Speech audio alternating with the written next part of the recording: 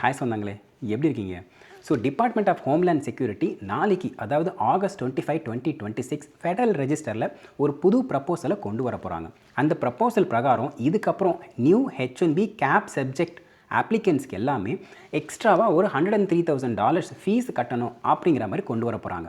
உங்களுக்கு ஞாபகம் இருக்கும், போன வருஷம் இதே மாதிரி ஒரு நியூ H1B ஃபைலிங் எல்லாமே ப்ரொக்ளமேஷன் சைன் பண்ணி பிரசிடென்ட் ட்ரம்ப் $100,000 ஃபீஸ் கட்டணும் அப்படின்ற மாதிரி ஒரு ரூல் கொண்டு வந்தார். அதுக்கப்புறம் கொஞ்சம் நாட்கள் முன்னாடி ஒரு ஜட்ஜ் வந்து அது செல்லுபடி ஆகாது அப்படின்னு சொல்லிட்டு அதை வெக்கேட் பண்ணிட்டார். இப்போது அதை தொடர்ந்து போன வாட்டி கொண்டு வந்த ரூல்ஸ் மாதிரியே இப்போ என்ன பண்ணுறாங்கன்னா வேறு ஒரு லீகல் ரூட் வழியாக இந்த ஒரு $100,000 ஃபீஸை வந்து கொண்டு வராங்க. அண்ட் இந்த வீடியோவில் போன வாட்டி கொண்டு வந்த ரூல்ஸுக்கும் இந்த வாட்டி கொண்டு வர ரூல்ஸுக்கும் ஏதாவது சேஞ்சஸ் இருக்கா, அண்ட் இதுக்கப்புறம் யாரெல்லாம் வந்து புதுசாக இந்த ரூல்ஸில் வந்து அஃபெக்ட் ஆக போகிறாங்க அப்படிங்கிறத பற்றி இந்த வீடியோவில் ஃபுல்லாக பார்க்கலாம் வாங்க. ஸோ ஆப்வியஸ்லி இதை பற்றி நம்ம வந்து அட்டார்னிக்கிட்ட கேட்டு அவங்களோட இன்புட் அண்ட் இன்ஃபர்மேஷனையும் சேர்த்து நம்ம வந்து ஒரு வீடியோவாக போடுவோம். ஸோ இந்த வீடியோட கமெண்ட்ஸை உங்களுக்கு ஏதாவது ஸ்பெசிஃபிக் கொஸ்டின் அட்டார்னிக்கிட்ட கேட்கணும் அப்படின்னா அதை வந்து ஆஸ்க் டு அட்டார்னி அப்படின்னு போட்டு நீங்கள் அந்த கொஷினை கேட்டு வைங்க. அந்த கொஷின்ஸை நான் கன்சாலிடேட் பண்ணி அட்டார்னிக்கிட்ட கேட்டு அது ஒரு வீடியோவாக போஸ்ட் பண்ணுறேன். சரி, இந்த ப்ரப்போசலில் அப்படி என்ன தான் இருக்குது அப்படின்னு பார்த்தீங்கன்னா, இதுக்கப்புறம் புதுசாக H1B கேப் சப்ஜெக்ட் அப்ளிகேஷன்ஸ்க்கு எல்லாமே $103,265 எக்ஸ்ட்ராவாக கட்டணும் அப்படிங்கிறது இந்த ப்ரப்போசலில் இருக்குது. எக்ஸ்ட்ரா அப்படின்ற சென்ஸ், ஏற்கனவே H1B ஃபைலிங்க்கு ஒரு ஃபீஸ் இருக்கும் இல்லையா, ஆல்ரெடி எக்ஸிஸ்டிங் ஃபீஸ், அந்த ஃபீஸ் இல்லாமல் இது வந்து எக்ஸ்ட்ராவாக எம்ப்ளாயர் வந்து கட்டணும். இது ஆக்சுவலாக ஆகஸ்ட் 25 நாளைக்கு தான் ஃபெடரல் ரெஜிஸ்டரில் வரப்போகுது. அண்ட் 30 நாளுக்கு கமெண்டிங் பீரியடில் இருக்கும். யார் வேணால் போய்ட்டு கமெண்ட் சப்மிட் பண்ணலாம். அண்ட் 30 டேஸ் கழித்து அவங்க என்ன பண்ணுவாங்கன்னா, ஃபைனல் வெர்ஷன் அவங்க என்ன பண்ணுவாங்கன்னா பப்ளிஷ் பண்ணி ஒரு எஃபெக்டிவ் டேட் வந்து கொடுப்பாங்க. அண்ட் இது இவ்வளோ நாள் இந்த அட்மினிஸ்ட்ரேஷன் பண்ண இந்த விஷயங்கள்லாம் வச்சு பார்க்கும்போது இந்த மேக்ஸிமம் ஒரு 4 ஒரு 60 டேஸ் இது வந்து வந்துடும் அப்படிங்கிறது என்னோட அசம்ஷன். ஆனால் அது வரும்போது தான் ஃபைனலாக நமக்கு தெரிய வரும் எப்போ எஃபெக்டிவாக இருக்கும் அப்படின்னு. போன வாட்டி ப்ரொக்ளமேஷன் சைன் பண்ணும்போது அது இமீடியட்டாக ஒரு 2 நாளுக்குள்ளேயே அது எஃபெக்டிவ் அப்படிங்கிற மாதிரி இருந்துச்சு. ஏன்னா அது வந்து பிரசிடென்ஷியல் ப்ரொக்ளமேஷன், இது வந்து ஃபார்மல் ரூல் மேக்கிங், அதனால் 1-2 நாளில் இது வந்து எஃபெக்டிவ் ஆகாது. சரி, யாருக்கெல்லாம் இது ஆப்ளிகபிள் அப்படின்னு பார்த்தீங்கன்னா, இதில் மெயினான வேர்டு நோட் பண்ண வேண்டியது கேப் சப்ஜெக்ட் பெட்டிஷன்ஸ். அதாவது கேப் சப்ஜெக்ட் ஆகிற பெட்டிஷன்ஸ் எல்லாருக்குமே அப்படிங்கிறது மட்டும்தான் இந்த வாட்டி அவங்க வந்து ரூலாக வச்சுருக்காங்க. இதுவே போன வாட்டி பார்த்தீங்கன்னா யூஎஸ்ஏக்குள்ளே இருந்தால் ஒரு ரூல், யூஎஸ்ஏக்கு வெளியே இருந்தால் ஒரு ரூல் அப்படிங்கிற மாதிரி வந்து சில இஃப் கண்டிஷன்ஸ் இருந்துச்சு. ஆனால் இந்த வாட்டி அதெல்லாம் எதுவுமே கிடையாது. இர்ரெஸ்பெக்டிவ் ஆஃப் த லொக்கேஷன் ஒரே ஒரு க்ரைட்டீரியா என்னென்னா, அந்த பெட்டிஷன் வந்து கேப் சப்ஜெக்ட் பெட்டிஷனா அப்படிங்கிறது மட்டும் வந்து பார்க்குறாங்க. அது கேப் சப்ஜெக்டில் வந்துச்சுன்னா $103,000 வந்து கட்டணும் அப்படிங்கிற மாதிரி வந்துடும். அது கேப் சப்ஜெக்ட் இல்லை அப்படிங்கிற பட்சத்தில் அது வந்து கட்ட தேவையில்லை.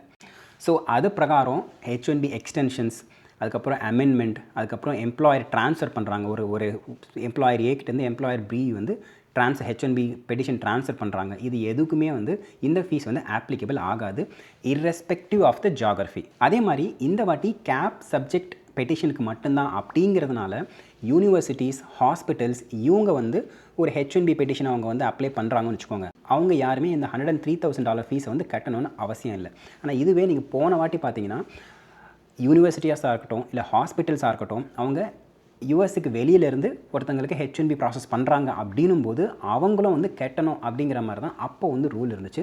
ஆனால் இப்போது அது கிடையாது. இது வந்து ஒரு பிக் ரிலீஃப். ஏன்னா போன வாட்டி அந்த ரூல் வந்து அகெயின்ஸ்டாக பேசின எல்லாருமே சொன்ன ஒரு விஷயம் என்னென்னா, ஓகே யூஎஸில் நர்சிங் ஷார்ட்டேஜ் நிறைய இருக்குது, நிறைய வந்து ரூரல் ஏரியாவில் நர்சஸே கிடைக்காம நிறைய பேர் வந்து மெடிக்கல் ஆக்சஸே பண்ண முடியாமல் இருக்குது அப்படிங்கிற மாதிரி தான் ஒரு மெயின் கிரிட்டிக் பாயிண்ட்டாக பேசிகிட்டு இருந்தாங்க.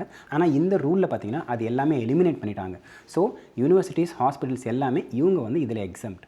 அன்ஃபார்ச்சுனேட்லி இது யாருக்கு வந்து அகேன்ஸ்டாக இருக்குதுன்னு பார்த்தீங்கன்னா F1 ஸ்டூடெண்ட்க்கு இது அகேன்ஸ்டாக இருக்குது.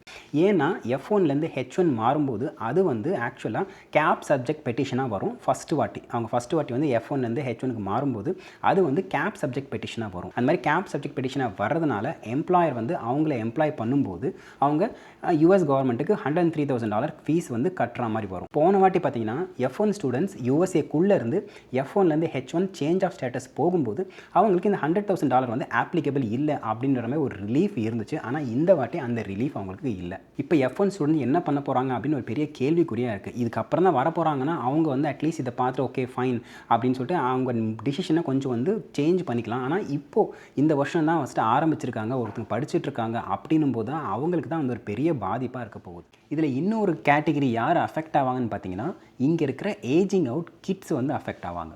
இப்போது பேரண்ட்ஸ்க்கு பார்த்தீங்கன்னா அவங்க H1B வீசாவில் இருப்பாங்க, அவங்களுக்கு எந்த பிரச்சனையும் வராது, அவங்க வந்து ரெனியூ பண்ணிக்கிட்டே இருப்பாங்க, ரெனியூவலுக்கு வந்து இது அஃபெக்ட் ஆகாது, அது வந்து கிளியர். ஆனால் இப்போது அவங்க கிட்ஸ் வந்து ஏஜிங் அவுட் ஆகிறாங்கன்னு வச்சுக்கோங்க, 21 இயர்ஸ் நியர் ஆகும்போது பேரண்ட்ஸ்க்கு ஒன்றும் க்ரீன் கார்டு வரல. அந்த கிட்ஸ் என்ன பண்ணுவாங்கன்னா முக்கால்வாசி பேர் H4ல் தான் காலேஜ் ஸ்டார்ட் பண்ணுவாங்க. அதுக்கப்புறம் 1 to 2 இயர்ஸில் H4லேருந்து அவங்க F1 வீசாவுக்கு கன்வெர்ட் ஆகிடுவாங்க. F1 வீசாவில் கன்வெர்ட் ஆகிட்டு அதுக்கப்புறமா F1லேருந்து H1 கன்வெர்ட் ஆகி அந்த ஸ்டேட்டஸ் அப்படியே வந்து மெயின்டைன் பண்ணிக்கிட்டு இருப்பாங்க. இப்படி தான் நிறைய பேர் வந்து பண்ணுவாங்க. ஆனால் இப்போ என்ன ஆகிறதுக்கு வாய்ப்பு இருக்குது பார்த்தீங்கன்னா, அந்த மாதிரி அந்த கிட்ஸ் வந்து F1லேருந்து H1 கன்வெர்ட் ஆகும்போது அது வந்து கேப் சப்ஜெக்ட் பெட்டிஷனாக தான் வரும். அந்த மாதிரி கேப் சப்ஜெக்ட் பெட்டிஷனாக வரும்போது அந்த எம்ப்ளாயர் பார்த்தீங்கன்னா US கவர்மெண்ட்டுக்கு $103,000 கட்டுற மாதிரி வரும். ஸோ அந்த கேட்டகரி மக்களுக்கும் இதுக்கப்புறம் F1லேருந்து H1 கன்வெர்ட் ஆகிற அந்த பாத்து இன்னும் வந்து கஷ்டமாயிடும். ஸோ இதை பற்றி இன்னும் டீட்டெயில் இன்ஃபர்மேஷன் நம்ம அட்டார்னி கிட்ட பேசி கிளாரிஃபை பண்ணும்போது நம்ம அவங்ககிட்ட வேறு ஏதாவது இதில் மெத்தட் இருக்கா, வழி இருக்கா அப்படின்ற மாதிரி கேட்டு தெரிஞ்சுக்கலாம். அப்போ வந்து இது சம்மந்தமாக அந்த அப்டேட்டட் இன்ஃபர்மேஷன் அந்த வீடியோவில் நான் போஸ்ட் பண்ணுறேன். சரி, போன வாட்டி கொண்டு வந்த ப்ரொக்ளமேஷன் வந்து கோர்ட்டில் போயிட்டு நிறைய வந்து இஷ்யூலாம் போயிட்டு அதுக்கப்புறம் இப்போ அந்த ரூலை வந்து வெக்கேட் பண்ணிட்டாங்க. அதே மாதிரி இதுக்கு வந்து வெக்கேட் பண்ணுறதுக்கான பாசிபிலிட்டி இருக்கா அப்படின்னு கேட்டிங்கன்னா, ஆக்சுவலாக லாசூட் வரதுக்கு சான்சஸ் இருக்குது. ஏன்னா எப்படி இருந்தாலும் யூனிவர்சிட்டிஸ் எல்லாரும் அவங்க வந்து சும்மா விட போகிறதில்ல, அவங்க வந்து இந்த எப்படி இருந்தாலும் ஒரு கேஸை கொண்டு வந்துட தான் போகிறாங்க. ஆனால் போன வாட்டி என்ன ஆச்சுன்னு பார்த்தீங்கன்னா, இந்த ப்ரொக்ளமேஷன் வந்து ஒரு ப்ராப்பரான ரூல் மேக்கிங் வழியாக வராமல் பிரசிடெண்ட் மட்டும் சைன் போட்டு இதை வந்து கொண்டு வந்தாங்க. அண்ட் மெயினான சேலஞ்ச் கோர்ட்டில் என்ன வச்சாங்கன்னா, இந்த மாதிரி ஒரு ரூல் கொண்டு வரத்துக்கு பிரசிடெண்ட்க்கு மட்டுமே வந்து அதிகாரம் கிடையாது, இது வந்து ப்ராப்பரான ஒரு சேனல் வழியாக இது வரல, அதனால் இந்த ரூல் வந்து வெக்கேட் பண்ணுங்கள் அப்படின்றதான் மெயின் ஆர்கியூமெண்ட்டாக போன கோர்ட் பேட்டரில் இருந்துச்சு. அண்ட் ஜட்ஜும் வந்து அதை ஒத்துக்கிட்டு ஓகே அப்படின்னு சொல்லிட்டு அதை வந்து வெக்கேட் பண்ணிட்டார். ஆனால் இந்த வாட்டி வந்து அந்த மாதிரி வெக்கேட் பண்ண முடியாது. ஏன்னா இப்போ அவங்க கொண்டு வரது பார்த்திங்கன்னா ஃபார்மல் ரூல் மேக்கிங் வழியாக எல்லா ஸ்டெப்ஸையும் ஃபாலோ பண்ணி அவங்க ஃபெடரல் ரெஜிஸ்டரில் போஸ்ட் பண்ணி பப்ளிக் கமெண்ட்லாம் கேட்டதுக்காக கொண்டு வராங்க. அதனால் போன வாட்டி கொண்டு வந்த அதே ரீசன்னால் இந்த வாட்டி அவங்க வந்து வெக்கேட் பண்ணுறதுக்கான சான்சஸே இல்லை. ஆனால் வேறு ஒரு காரணம் காமிச்சு இது வந்து கொண்டு வரதுக்கு வாய்ப்பு இருக்குது. சரி, என்ன காரணமாக இருக்கும் அப்படின்னு பார்த்தீங்கன்னா, ஆக்சுவலாக ரூல் பிரகாரம் இப்போது டிபார்ட்மெண்ட் ஆஃப் ஹோம்லேண்ட் செக்யூரிட்டிக்கு ஒரு அப்ளிகேஷனை ப்ராசஸ் பண்ணுறதுக்கு எவ்வளோ செலவு ஆகுமோ அந்த செலவை பார்த்தீங்கன்னா ஒரு ஃபுல் எக்ஸ்டென்ட் அந்த அப்ளிகண்ட் கிட்டேருந்து வாங்கலாம் அப்படின்னு சொல்லிட்டு INAல ஒரு ரூல் இருக்குது. அண்ட் அதுபடி தான் என்ன பண்ணுவாங்கன்னா, ஒரு H1Bக்கு இவ்வளோ ஃபீஸ் ஷெடியூல் வந்து பண்ணி வச்சுருப்பாங்க. ஆனால் இப்போது என்ன ஆகுதுன்னு பார்த்தீங்கன்னா, இந்த $103,000 இவங்க கொண்டு வந்திருக்காங்க இல்லையா, இதை அவங்க வந்து கொண்டு வந்த அந்த விதமே வந்து ஒரு வித்தியாசமாக கொண்டு வந்திருக்காங்க. எப்படி கொண்டு வந்திருக்காங்கன்னு பார்த்தீங்கன்னா, போன வாட்டியாவது 100K அப்படின்றது ஒரு ரவுண்ட் நம்பராக இருந்துச்சு. ஆனால் இந்த வாட்டி பார்த்தீங்கன்னா 103,265 அப்படின்னு இருக்குது.